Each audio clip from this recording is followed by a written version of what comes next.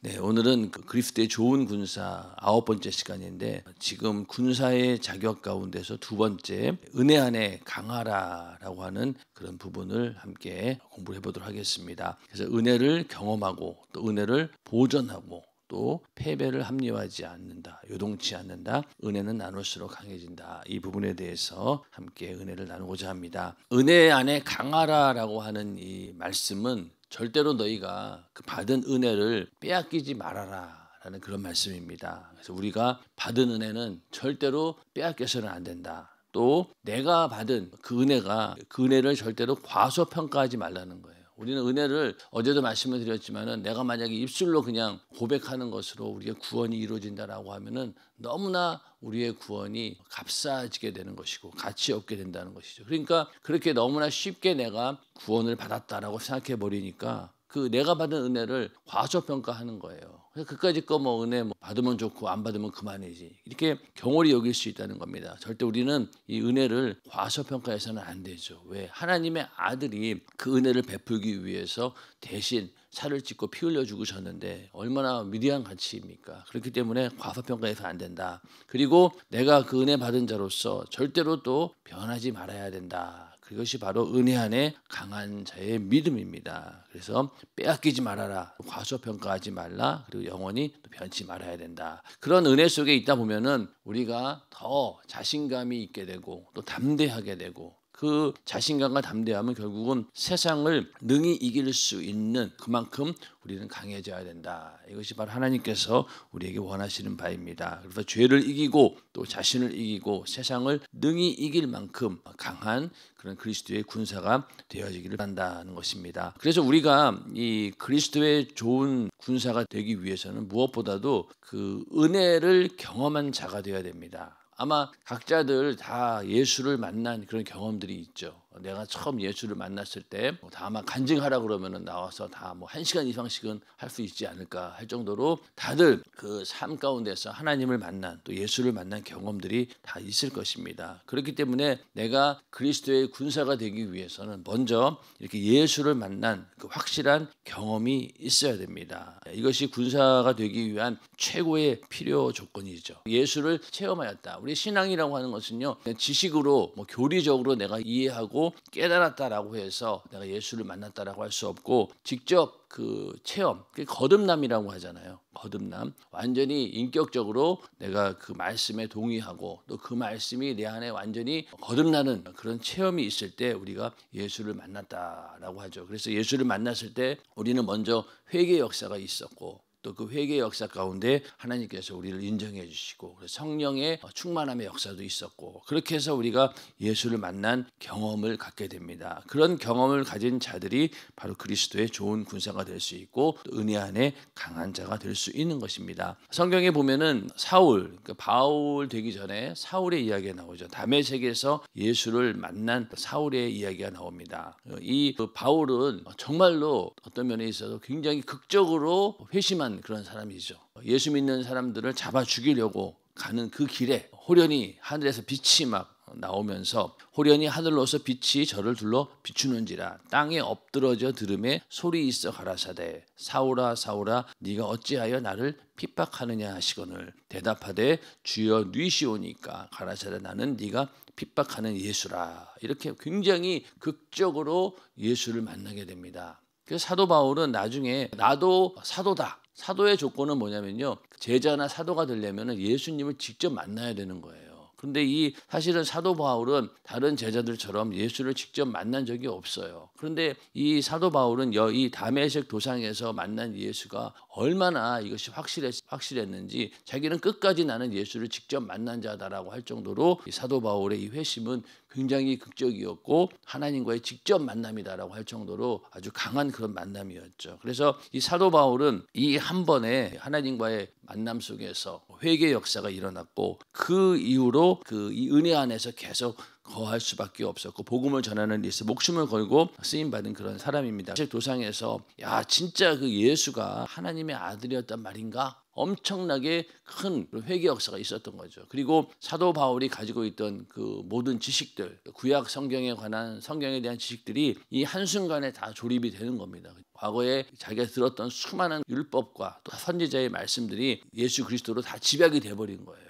순식간에. 그렇게 해서 이가 그 이후로 정말로 은혜 속에 강한 자가 되어서 한 번도 그 은혜에서 벗어나지 않을 정도로 그런 삶을 살았던 사람이 바로 사도 바울이었습니다. 그리고 복음을 전하는 정말로 그리스도의 좋은 군사에서 자기 자신이 이렇게 살았으니 성경에다가 이렇게 기록을 해놓고 디모데에게도 네가 그리스도의 좋은 군사가 되어야 된다 이렇게 얘기할 정도로 그 자기 자신이 바로 그리스도의 좋은 군사의 삶을 그렸던 사람이었습니다. 그래서 그가 그 예수의 미친 자라고 하는 소리를 들었죠. 이 베스도하고 아그리빠 왕 앞에 섰을 때 그 베스도라고 하는 사람이 바울아 네가 정말로 미쳤구나. 너의 많은 학문이 너를 정말로 미치게 만들었구나 라고 이렇게 얘기를 합니다. 왜냐하면 사도 바울의 학문적인 배경을 봤을 때는 저렇게 나사렛에서 죽은 예수를 변호하고 복음을 전하는 예수 믿는 사람이 될 이유가 아무것도 없거든요.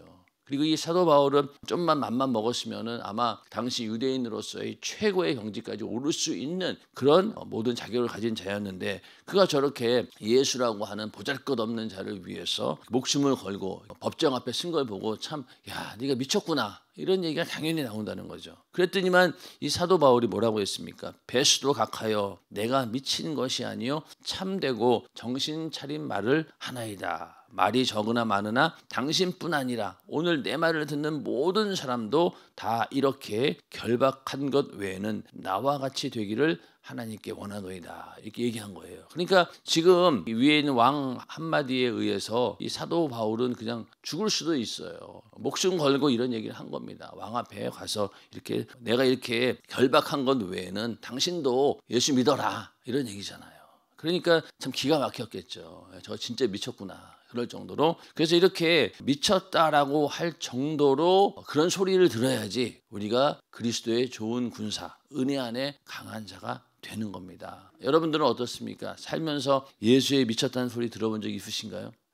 아마 우리 교회 성도들은 그래도 그런 얘기를 들어요. 어디 가든 직장 다니면 저도 광신자라는 얘기를 많이 들었습니다.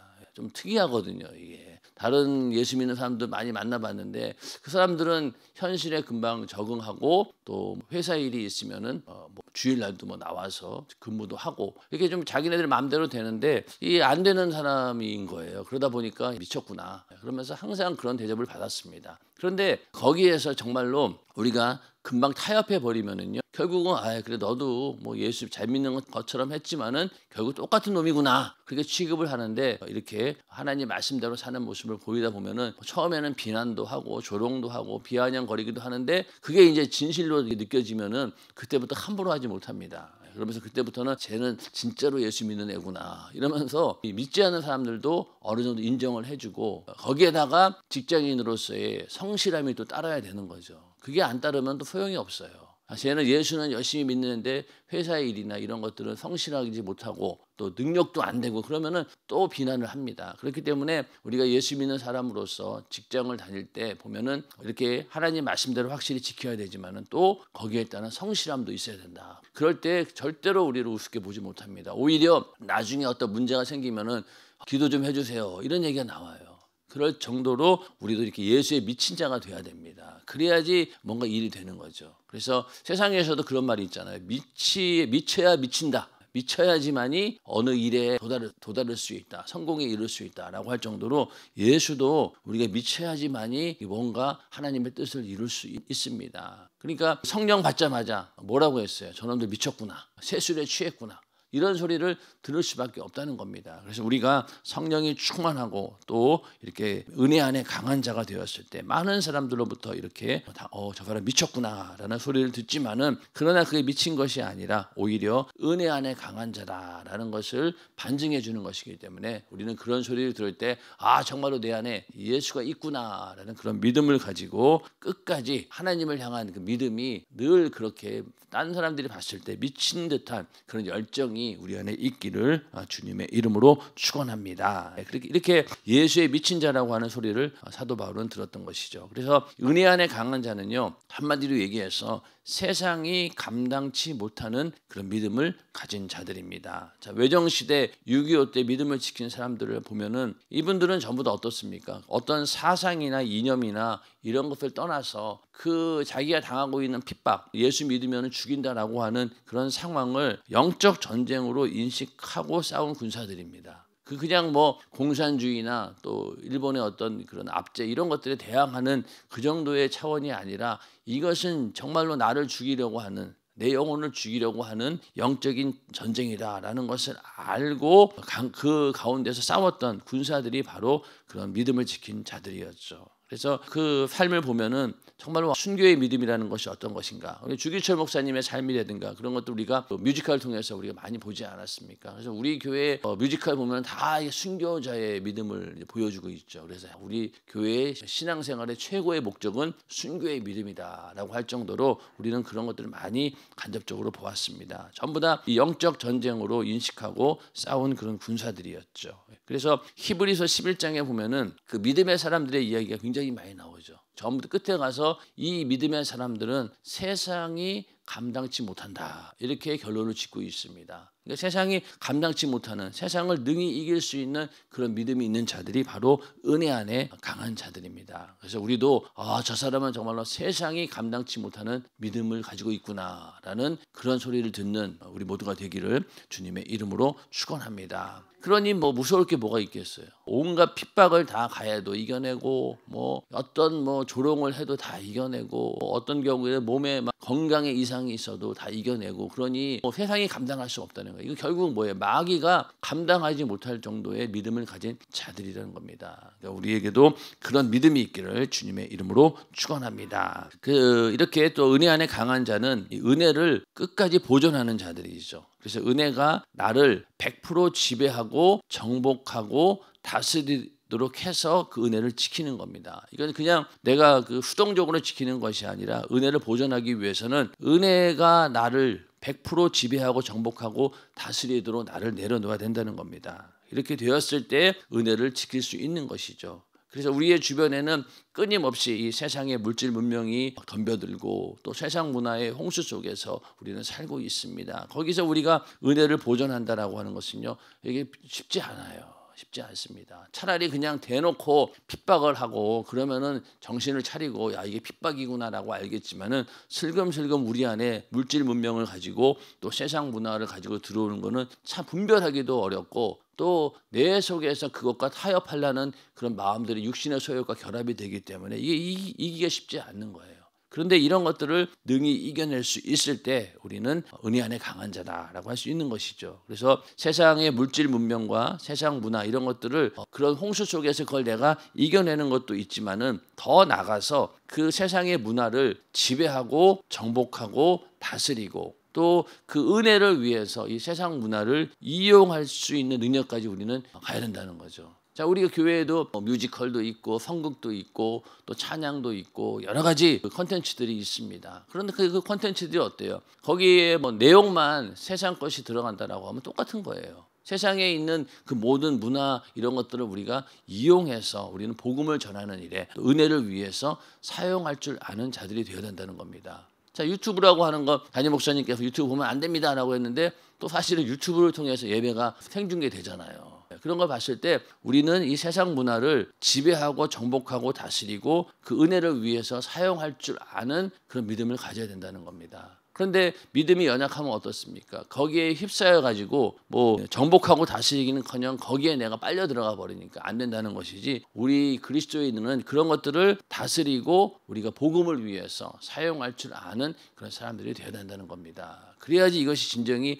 은혜를 보존하고 또 이겨내는 길이죠. 그래서 이렇게 우리가 은혜를 보존한다라고 하는 것은 끊임없이 이 은혜를 빼앗아 가려고 하는 악한 영들이 있다는 겁니다. 자, 고린도후서 4장 8절부터 10절에 보면은요, 우리가 사방으로 우겨쌈을 당하여도 쌓이지 아니하며, 사방이 완전히 적으로 둘러싸여 가지고 우리를 공격한다 하더라도 우리는 절대로 거기에 쌓이지 않는다는 거예요. 그리고 답답한 일을 당하여도 낙심하지 아니하며, 이런 일들이 세상에 많잖아요. 답답한 일들. 그래서 낙심하지 않는다는 거예요. 그리고 핍박을 받아도 버림받지 아니하며, 거꾸로 뜨림을 당하여도 망하지 아니하고, 우리가 항상 예수 죽인 것을 몸에 짊어지면 예수의 생명도 우리 몸에 나타나게 하려 함이라. 이렇게 사방에서 우겨싸임을 당할 정도로 고난을 받아도 이겨낼 수 있다라고 하면은 바로 우리는 은혜를 보존한 자들이고 은혜 안에 강한 자들이 되는 겁니다. 자, 이런 상황에서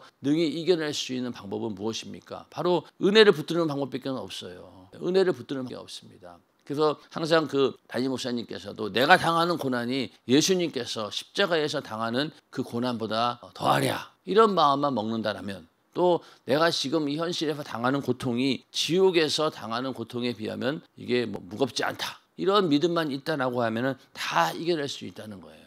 그래서 어떠한 상황이 와도 우리는 절대로 물러설 수 없고, 영적인 싸움에서 질 수 없는 것은 우리는 무조건 승리하신 예수의 이름을 가지고, 또 목숨이 끝나면은 우리는 그 순간 영원한 천국 부활의 생명을 얻기 때문에 우리는 패배할 수가 없어요. 끝까지 인내함으로 버티기만 하면은 무조건 이기는 겁니다. 그래서 어떠한 상황 가운데서 우리는 내 은혜를 끝까지 보존하고 지키는 자만이 그리스도의 좋은 군사, 또 은혜 안에 강한 자가 될 수 있다는 겁니다. 살면서 얼마나 많은 일들을 당합니까? 특히 예수 믿는다고 당하는 핍박은 참 견디기가 힘들죠. 왜? 그 핍박의 주체들이 다 측근에 있는 자들이고 또 가족이고 이러다 보니까 참 이게 괴롭습니다. 그러나 우리는 그것을 정말로 영적 전쟁으로 인식하고 내가 끝까지 내가 이 은혜를 지켜내야 된다, 보존해야 된다라는 그런 믿음을 가지고 이겨낼 때 우리에게 면류관도 있고 또 하나님께 영광 올려드리는 삶이 될 수 있기 때문에 끝까지 우리는 이겨내야 된다, 은혜를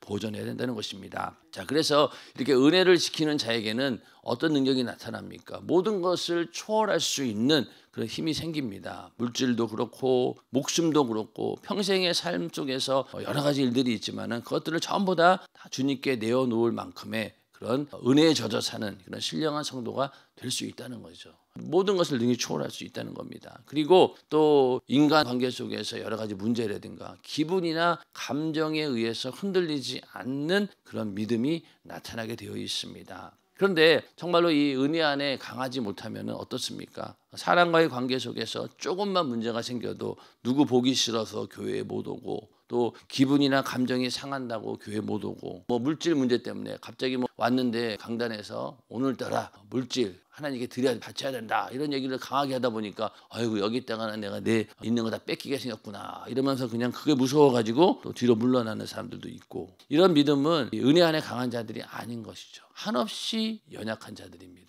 그렇기 때문에 인간관계, 기분, 감정이 흔들리지 않는 그런 믿음을 우리가 갖춰야 된다는 겁니다. 그런 믿음이 우리 안에 있기를 주님의 이름으로 축원합니다. 그래서 그런 사람들은 말로는 은혜를 받았다고 하지만은 실상은 은혜를 받은 적이 없는 사람이죠. 받았다 할지라도 그 은혜를 지키지 못한 사람들이라는 거예요. 이러한 여러 가지 상황 가운데서 모두 다 이겨낼 수 있는 그런 능력이 있어야 된다는 겁니다. 그러면은 결국은 어디까지 가느냐? 하나님 말씀을 실천하는데 어디까지 가냐? 원수를 사랑하라라고 하는 그 말씀까지도 우리가 지킬 수 있는 겁니다. 이게 사실 최고의 믿음이죠. 그래서 스데반의 믿음을 봤을 때 그가 죽음 앞에서도 뭐라고 했습니까? 저들의 죄를 저들에게 돌리지 마옵소서. 그들을 이미 용서하고 그들이 정말 하나님의 은혜 가운데 회개하고 돌이키기를 원하는 그런 주님의 마음을 가지고 그 마음을 들고 순교를 당한 거예요. 그러니까 이 사람은 이미 모든 사람들을 용서하고 또 모두와 하나가 될 수 있는 그런 믿음을 가진 자들이죠. 그래서 우리가 이러한 믿음을 가진다라고 하면은 어느 누구도 다 용서할 수 있습니다. 나에게 어떠한 죄를 졌든 간에 나를 어떻게 했든 간에 언제든지 그가 회개하고 돌이킨다라고 하면 우리는 용서할 수 있고, 더 나아가서 모든 사람들과 우리는 하나가 될 수 있다라는 겁니다. 근데 교회 내에서도 보면은 이 원수를 사랑하라라고 하는 이 말을 참 지키기가 어렵죠. 이 원수라고 하는 것이 뭐 대단하게 나에게 해코지한 사람들이 아니라 조금만 나에게 상처를 주거나 또 나에게 손해를 끼치는 자들 만나면은 무조건 그냥 담을 쌓고 상대도 하지 않으려고 그런 경우도 있고, 그런데 우리가 만약 그런 한계에 머무르고 있다라고 하면은 절대로 우리는 그리스도의 군사는 될 수 없다는 겁니다. 그래서 우리가 목적이, 신앙생활의 목적이 어디에 있느냐가 중요한 거예요. 그냥 나 예수 믿고 그냥 겨우 구원만 받을래 그런다라고 하면은요, 이런 말 사실 필요 없어요. 그냥 가까스로 믿음을 견뎌야 되는데, 그런데 장담할 수 없는 게 뭐냐? 믿음도 아주 얄팍한 믿음을 가지고 길게 가려고 하다 보니까 언젠가 끊어지는 거예요. 근데 차라리 굵고 짧게 간다라고 생각하고 그렇게 믿음을 가진 사람들은요 더 오래 갑니다 오히려. 근데 계속 버티려고 아주 가늘게 아주 길게 가려고 하다 보면 결국은 끊어져요. 그러니까 나도 우리가 신앙생활 한다고 하면서 아 그래 끝판에 그냥 내가 구원만 받으면 되지 이런 마음 가지고 하다 보면 어때요? 항상 불안하고 확신도 없고 그러다가 정말 하나님께서 회개할 수 있는 기회조차 안 줄 수 있다는 겁니다. 그러니까 우리는 절대로 그런 생각을 해서는 안 되고 아예 우리의 생각을 수준 높게 잡아야 되는 거예요. 그래서 그리스도의 좋은 군사가 되어야 된다. 나는 그런 군사가 되겠다라고 마음을 딱 먹고 거기에 맞춰서 신앙생활을 해야지 뭔가 하나님 역사가 일어나는 것이지 목표 자체가 아주 하향 조정해버리면 그 밑으로 더 내려가는 거죠. 그러니까 우리는 그리스도의 강한 군사가 되어야 된다라는 그런 믿음을 가지고 목표를 거기에 딱 두어야 된다는 겁니다. 그래서 그리스도의 강한 군사는 하나님이 우리에게 값없이 주시는 은혜의 선물, 그것을 빼앗으려는 자와 치열하게 싸워 보존해야 합니다. 그것이 군사의 자격이자 사명입니다. 이렇게 단단히 완전 무장을 하고 적과 싸우려고 해야 되는 것이지 이 무장하지 않은 상태에서는 속수무책이죠. 그래서 우리는 그리스도의 좋은 군사다라는 그런 사명을 가진 자다라는 그런 믿음을 가지고 이 싸움에서 우리는 승리해야 되는 것입니다. 그 다음에 패배를 합리화하지 않는다. 영적인 패배가 있기 마련이에요.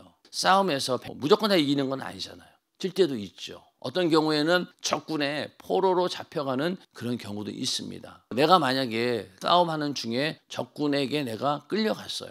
적군에 끌려갔을 때 나의 소속은 어디입니까? 우리 쪽이잖아요. 그렇죠? 적군으로 끌려갔지만은 여전히 나는 대한민국 군인입니다. 맞습니까? 그런 것처럼 싸움에서 패배할 때가 있어요. 그러나 그 패배했다라고 해서 우리의 소속이 바뀌는 게 아닌 거예요. 자, 우리가 그리스도의 좋은 군사로 들어가 있어요. 근데 내가 어떤 경우에는 패배했어요. 싸움에서 졌어요. 그러면은 그렇다고 해서 내가 소속이 바뀌는 게 아니라는 거예요. 소속은 여전히 어디에 있습니까? 예수 안에 있는 자들이고 그리스도의 좋은 군사인 거예요. 그러니까 우리가 거기서 다시 나오면 되는 겁니다. 그런데 이 패배에 대해서 이유를 대며 핑계하고 상황을 합리화시킨다라고 하면은요 절대로 다음에 승리할 수는 없습니다. 패배를 인정해야 되는 거예요. 인정하고 거기서 다시 전열을 가다듬고 무장하고 또 싸우려고 나와야 되는 것이지 그 패배에 대해서 내가 이유되고 핑계대면서 아 그럴 수밖에 없었다라고 자꾸만 자기 자신을 합리화시킨다라고 하면은요 결코 그 다음 싸움에서 승리할 수 없다는 겁니다. 성경에도 보면은 진자는 이긴 자의 종이 된다고 했어요. 만약에 이 싸움에서 패배했는데 이것을 내가 빨리 인정하고 회개하고 돌이키고 전열을 가다듬지 않으면요 또다시 약한 영에게 붙들릴 수밖에 없는 겁니다. 그러면은 계속 거기에 끌려다닐 수밖에 없어요. 그래서 우리가 패배에 대해서 안타깝고 또 아쉽고 그러지만은 그래도 빨리 우리가 그 패배에 대해서 인정하고 그리고 회개하고 나와야 된다는 겁니다.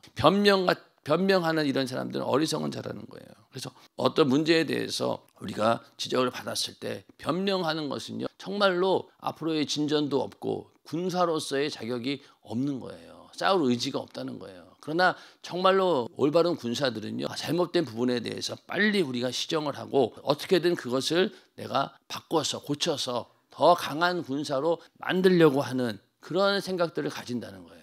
근데 우리는 대부분 보면은 이런 일이 생겼을 때 이유를 대고 핑계하고 상황을 합리화합니다. 주일날 만약에 예배를 못 왔어요. 그런 거에 대해서 끝까지 나를 막 합리화시키다 보면은요 하나님 말씀을 부정한 것으로 만듭니다. 그래서 뭐 꼭 주일을 꼭 지켜야 할 필요가 있습니까? 우리 구약시대 사람들도 아닌데 우리는 진리 안에서 자유한 자들인데 그렇게 뭐 엄격하게 율법적으로 지키면 되겠습니까? 이런 식으로 합리화한다라고 하면은요 결국은 하나님을 잘못된 것으로 만들잖아요.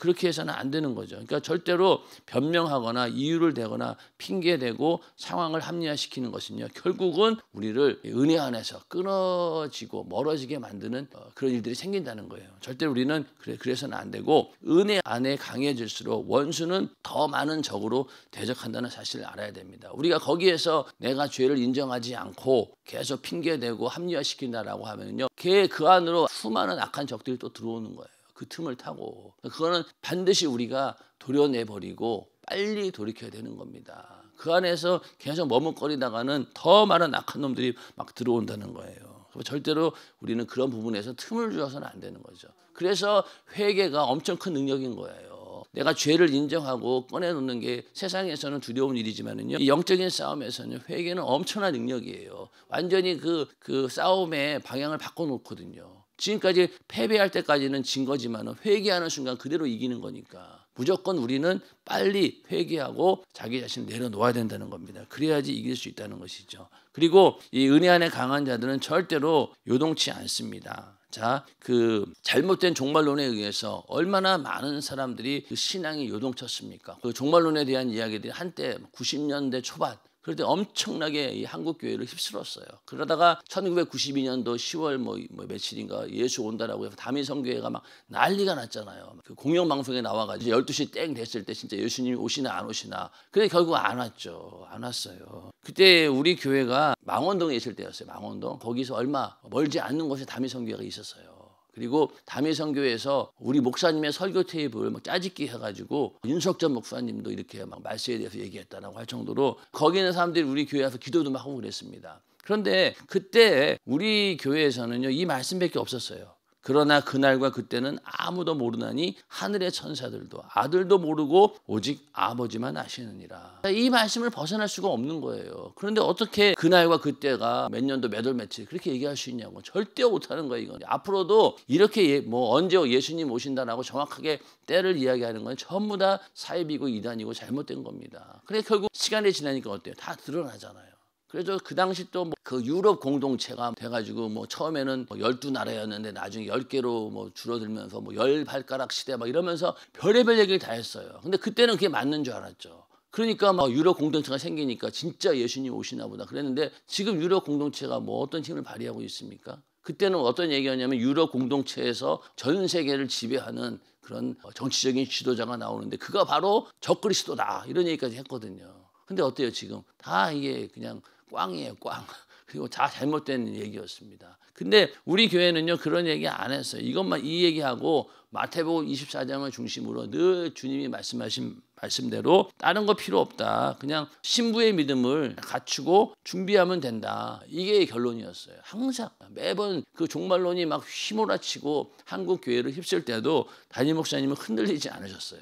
그래서 감사한 거죠. 많이 흔들렸으면 아마 이상한 길로 갔을 거예요. 그런데 절대 흔들리지 않았어요. 그래서 오직 준비하는 것. 하나님의 은혜 안에 거함으로 주님과 교통하며 철저히 주님의 재림을 준비하는 자가 곧 은혜 안에 강한 자입니다. 아멘. 그러니까 우리는 신부의 믿음으로 내가 어떻게 만들어지느냐가 중요한 것이지 예수님이 언제 오느냐는요 사실 중요하지 않아요. 왜 그러냐면은 내 개인의 종말이 더 빨리 옵니다. 그럴 확률이 많아요. 예수님께서 이 땅에 오셨을 때 내가 살아있을 확률보다 내가 먼저 죽을 수 있는 확률이 더 크다는 거예요.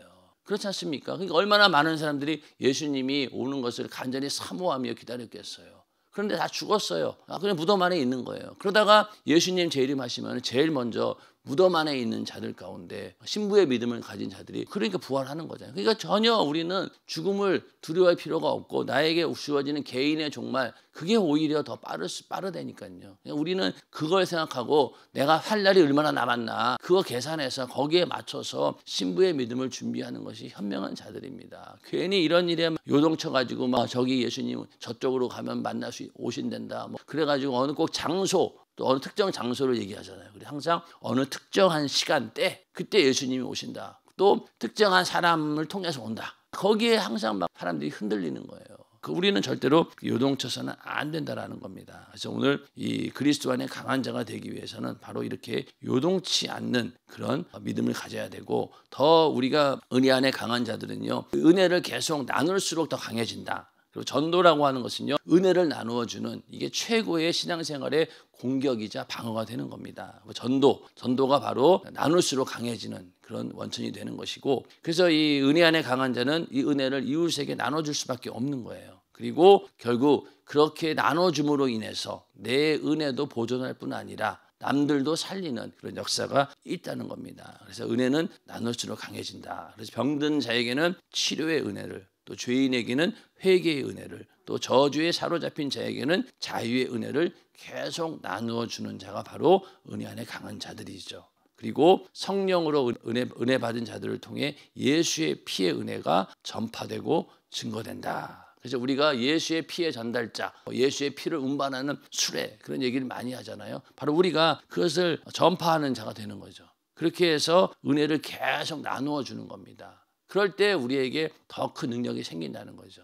자, 우리 안에 있는 피도 어떤 경우에는 빨리빨리 돌고 이게 그래야지만이 건강하듯이 은혜도 내가 나만 붙들고 있어가지고는 안 되는 거예요. 남들에게 나누어 줄 때 나도 그 은혜가 더 커지는 겁니다. 인정하시면 아멘 하시기 바랍니다. 그래서 계속 전해줘야 된다는 거예요. 그래야지 내가 더 강해진다는 겁니다. 그래서 우리는 그리스도의 좋은 군사가 되어 이 땅에 사는 동안 주님께 받은 은혜를 키우고 보존하되 이웃에게 그 은혜를 나눠주는 예수 피에 전달하는 수레로서 그 역할을 충분히 감당해야 합니다. 아멘. 이게 그리스도의 강한 자로서의 조건인 것이죠. 그래서 오늘 이 말씀을 잘 기억하면서 내가 그리스도의 좋은 군사로서 어떤 자격이 미달되는 부분이 있나 잘 점검해 보시고 나도 그렇게 만들어져서 그리스도의 좋은 군사가 되어서 또 그런 군사로서의 내 안에 있는 그 은혜의 힘을 끝까지 보존하고 강하게 유지하는 우리 모두가 되기를 주님의 이름으로 축원합니다.